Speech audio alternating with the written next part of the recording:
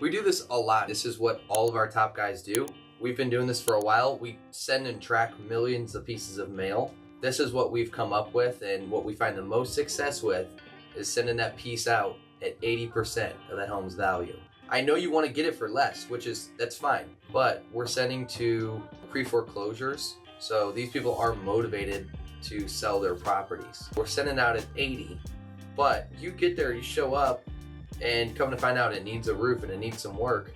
You can still say, hey, that price is contingent upon the condition of the property, right? Still pending visual inspection. So you go out and check it out, and then you make them a real offer after looking at it. Just like a car, right? When they have a car listed on the website for 20 grand, and then you show up and it needs a headlight, and it's got some stains in the seats, and it needs a set of tires. You tell them the same thing. Hey, look, it needs tires, it needs this, it needs that. I'm not at 20 anymore. Here's what I'm actually willing to offer you, 18.